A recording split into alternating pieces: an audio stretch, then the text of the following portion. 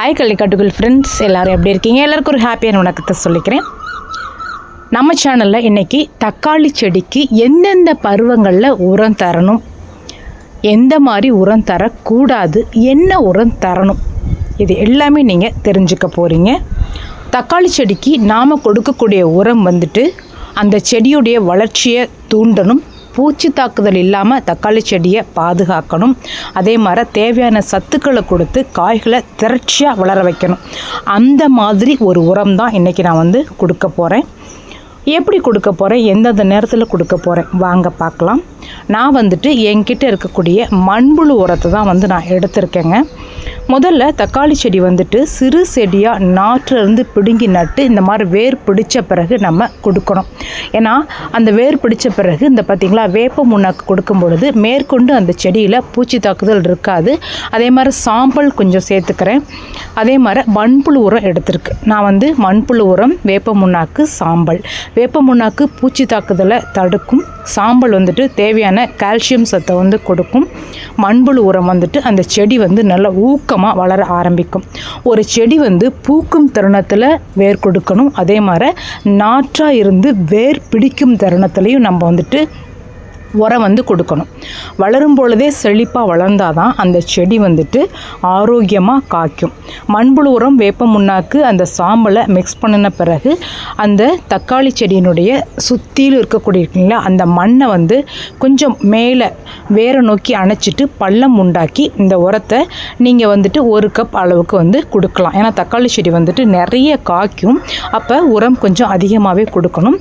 இந்த மாதிரி உரத்தை கொடுத்த பிறகு மேல் மண்ணை மூடி விட்டுருங்க. வெயில் காலமாக இருந்தால் மேலே மூடாக்கு கொடுங்க. இப்போ நான் மழைக்காலம் அப்படிங்கிறதுனால மூடாக்கு கொடுக்கல.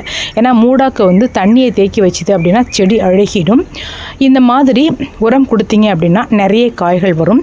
நான் என்ன தப்பு பண்ணேன் அப்படிங்கிறது இந்த செடியை பார்க்குறப்பவே தெரிஞ்சிருக்கும்.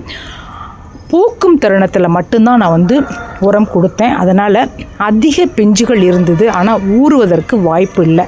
இந்த செடி வளரும் பருவத்திலே நம்ம உரம் கொடுத்துருந்தோம் அப்படின்னா அந்த பிஞ்சுகள் நல்ல திரட்சியாக வளரும். ஏன்னா ஆரோக்கியமான பூக்கள் திரட்சியான காய்களை கொடுக்கும். இந்த தக்காளி செடி அதிக பிஞ்சுகள் கொடுத்தாலும் இன்னும் கொஞ்சம் ஊறி இருந்தது அப்படின்னா நமக்கு நல்லா இருக்குங்க. இருந்தாலும் இப்போ எதுக்கு நான் எந்த செடிக்கு உரம் கொடுக்க போகிறேன் அப்படின்னா, அறுவடை பண்ணின பிறகு இருக்கக்கூடிய சிறு பிஞ்சுகள் இன்னும் நல்லா திரட்சியாக வரணும் அப்படிங்கிறதுனால இந்த செடிக்கும் நம்ம உரம் கொடுக்கலாம். ஸோ இது மாதிரி தக்காளி செடிக்கு வளரும் நிலையில் ஒரு முறை, பூக்கும் நிலையில் ஒரு முறை, அறுவடைக்கு பிறகு ஒரு முறை அப்படின்னு சொல்லிட்டு 3 முறை கொடுத்தீங்க அப்படின்னா உங்கள் வீட்டு தக்காளி செடி அதிக பூக்கள், அதிக காய்கள், அந்த காய்கள் நல்லா திரட்சியாக பெரிதாகும்.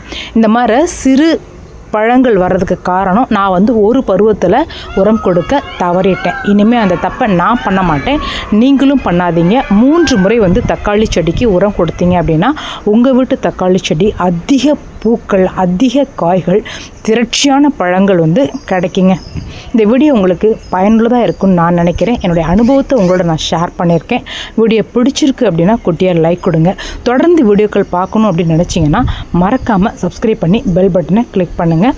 Have a good day friends. Video பிடிச்சிருந்தா சப்ஸ்கிரைப், பெல் பட்டனை கிளிக் பண்ணுங்க. மாமேம் பெத்த மருது ஒன்ன மறந்திருக்க முடியலையே.